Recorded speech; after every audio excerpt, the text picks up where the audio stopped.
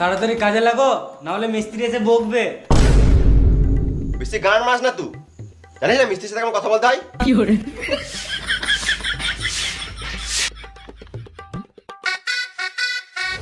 কই বে মশলা রেডি করেছিস? খেপা চুদা লেবার হয়ে সিগারেট খেছে, দে সিগারেটটা। তাহলে ভিডিও খা আর তাড়াতাড়ি মশলা রেডি কর। তুমি হেল্পার আগে বললে না? আমি তো তোমাকে মিস্ত্রি ভাবছিলাম।